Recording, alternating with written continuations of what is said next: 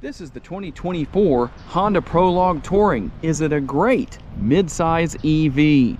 Hey everybody, it's Tom from Vehicle Visionary. I hope you're having a great day. Today I'm at Holmes Honda and we're going to go over the particulars on this particular model. It has an exterior color of North Shore Pearl and a gray interior. That's right, it's not a black interior for a change, it's gray. I know a lot of you want to see some additional options. Well, here's something to consider as opposed to just having a black interior. If you want to know more, check out the link down in the description of the video. Here on the front end, we're going to have full LED lighting, LED headlights, LED daytime running lights, and yes, you even have LED fog lights down there on the lower portion of the front end, and everything here is active. All of the vents, you have active air curtains right here. I don't know that I can give you a good view. Maybe we can see some of the daylight coming through there. And obviously this area right here is going to be active to help keep the battery cool. So that's one of the ways that is done. You can see your sensors right here as well. We're going to have all kinds of great safety features that I'm going to go over later in the video with you. And as far as your charge port goes, one thing you won't hear me talk about in this video that I normally talk about in all of my videos is the gas tank size. I hope you understand why. Maybe I shouldn't have said anything and wait and see if somebody asked, why didn't you tell us what the gas tank size is? You never know what might happen. But your charge port is here, depending on what you're going to use, what type of charging situation you have. So there you go, easy to deal with. We'll find the gloss black mirror caps, turn signal indicators built in. They are manually folding, but everything else that I know all of you want on your vehicles is here. They're heated, they're power adjustable, and you have your blind spot information system right there. Now, one thing that is going to be different from other Honda models here is going to be, number one, the remote.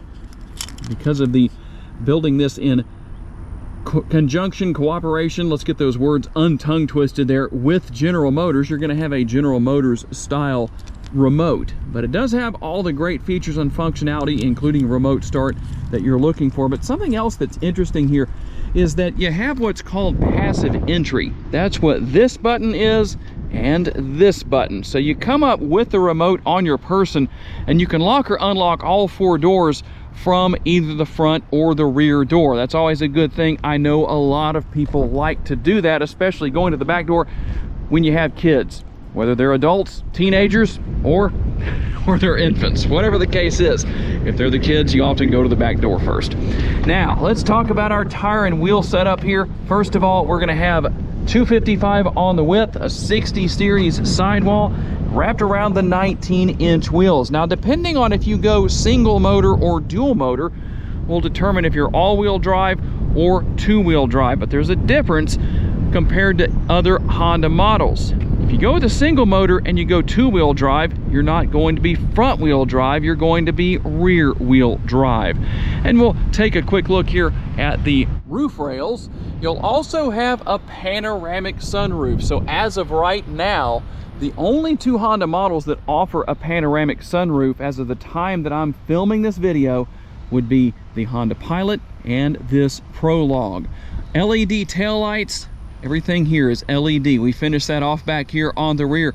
And one thing that really separates this model out from any other Honda out there is that it spells out the name Honda here on the tailgate.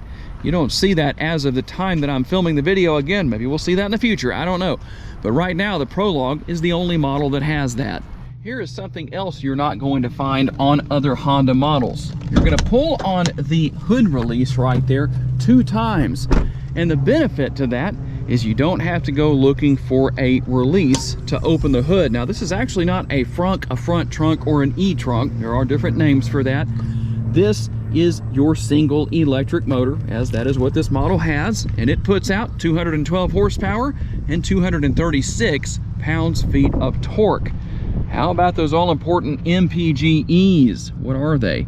We're looking at 107 city, 91 highway, 99 combined, and 34 kilowatt hours per every 100 miles driven. Driving range on a single charge with this setup is going to be about 296 miles. We can round that out to 300.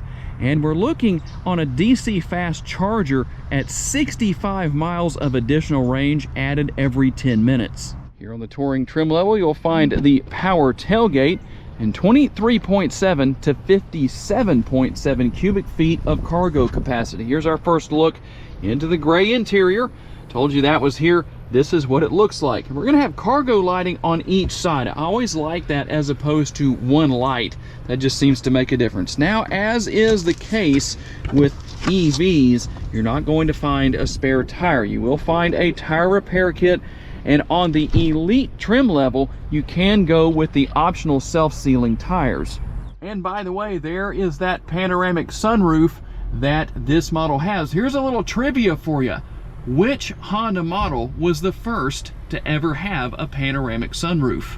Let's talk about what your rear seat passengers are going to find. Plenty of space with the armrest, and I love that it's nice and flat. We don't have an angle up here in the front area like we do on some Honda models. That's always a good thing. So we're gonna have plastic materials here, but I don't think that's a big deal. You know what? That's a lot better than gloss black or the piano black finish, because this won't fingerprint up. You also have your bottle holder right here that could be used as a door bin. And now we get a little bit of a better look at our gray interior. It's not just one solid color, which I think is nice. A little bit of a contrast here. And here's something I also wanted to show you. You can recline these seats a little bit. There is a little bit of adjustability built into that. That's a common question a lot of you ask. And we'll have the rear seat pockets on the driver and passenger sides. So you can see we have it over there on the driver's side as well. We also have those things that I know a lot of you like to check off as far as the options you want, which include air conditioning vents for your rear seat passengers, and we have a couple of USB options right here. And by the way, we do have a shade. That's what this area is, that can be drawn all the way forward, so if it gets too hot or whatever the case is, you can close this panoramic sunroof off. That front portion will tilt and slide open. Now, you might have noticed with the title of this video that it's titled 2024 or 2025. There's not going to be any changes for 2025, so it really doesn't matter which model you buy. However, there might be one difference, and that could be a potential increase in price. I can't guarantee that it will stay the same or increase in 2025. As of 2024, with the Prologue Touring, we're looking at $53,550. Let's see what else you get for that price. We're going to find a little bit more space with the door bin and the armrest on the passenger side door over there. Now, there is really one difference between the driver and the passenger seats, and here's what it is.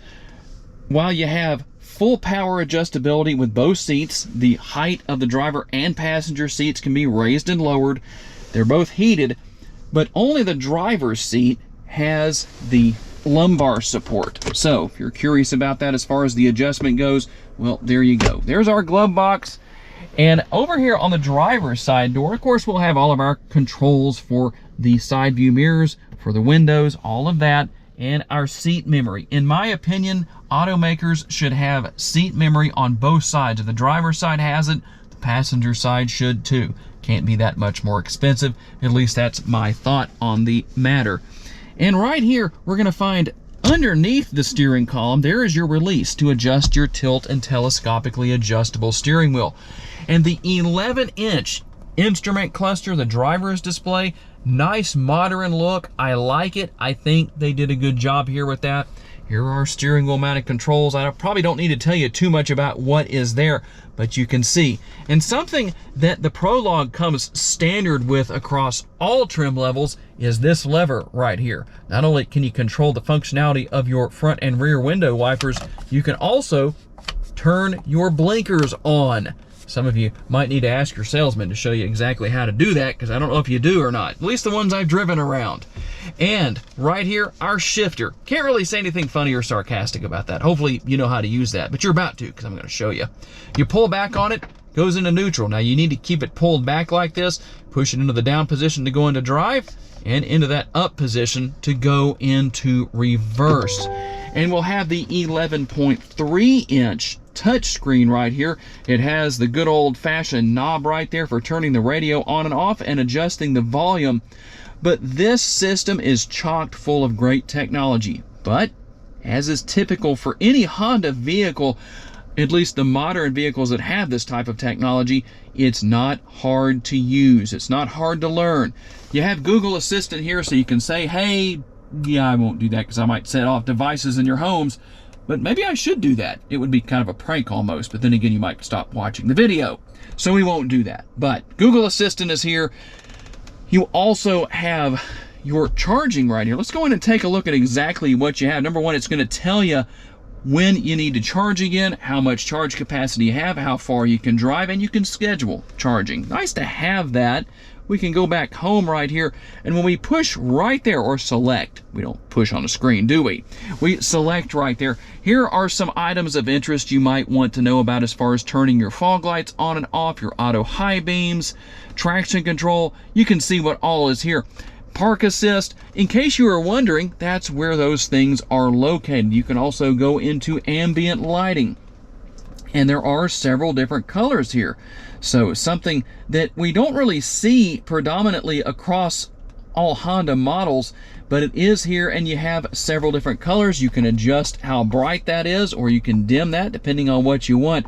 Now, it's not quite Mercedes-Benz like, but if I can get into a darker atmosphere, I will definitely do that and show you what is here as far as the ambient lighting goes.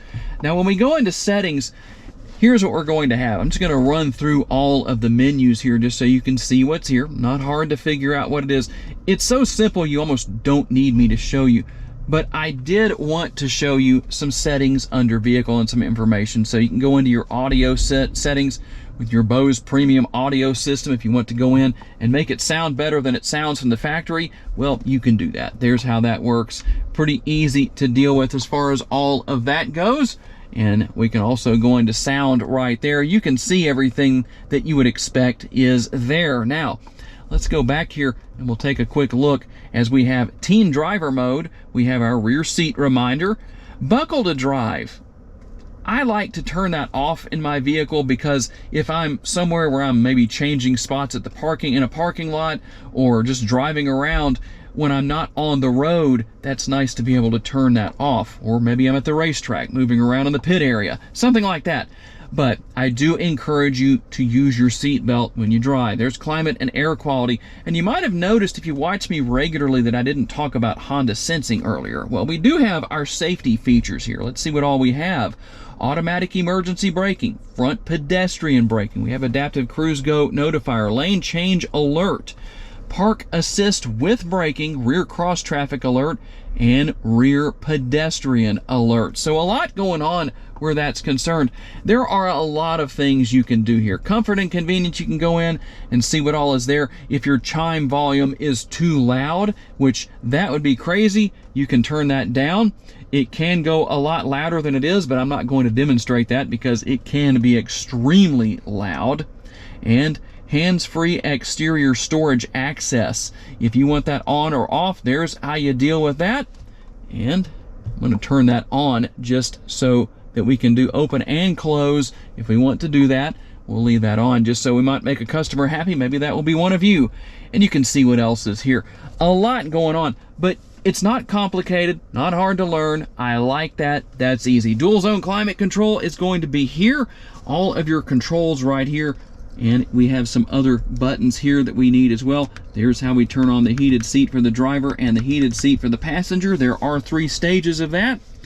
And we have 12-volt power outlet right there and some USB connectivity. Now you might say, gee, Tom, for over $53,000, you don't have a wireless charging pad? You do. It's just located right here. So you just deposit your phone down in there. I think that works better than Honda's typical design that's in this area because the phone can move around a little bit. Maybe that's just a little something that could be changed in the future. Not necessarily a bad thing, but it's just something I've noticed on some of my test drives.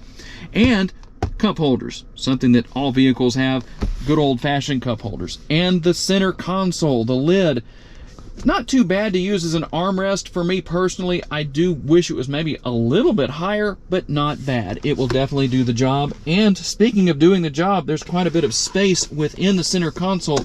You have this little tray right here that can be moved into a couple of different spots, or you can just leave that out altogether if you want to.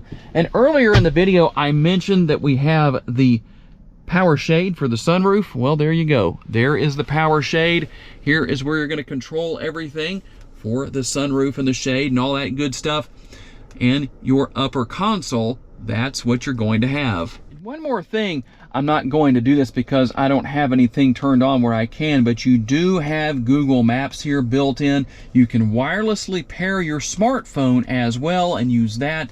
Pretty easy to figure out. You probably saw that we have Apple CarPlay and Android Auto. So those are the things that I know a lot of people like to ask about. And if you are wondering, I didn't show this earlier, I meant to, I want to make sure I do, there is a singular view rear view camera. You're not going to find any brand new vehicles in this day and age, at least in the United States, that don't have a backup camera. And I promised you we'd take a look at the ambient lighting. Well, here we go.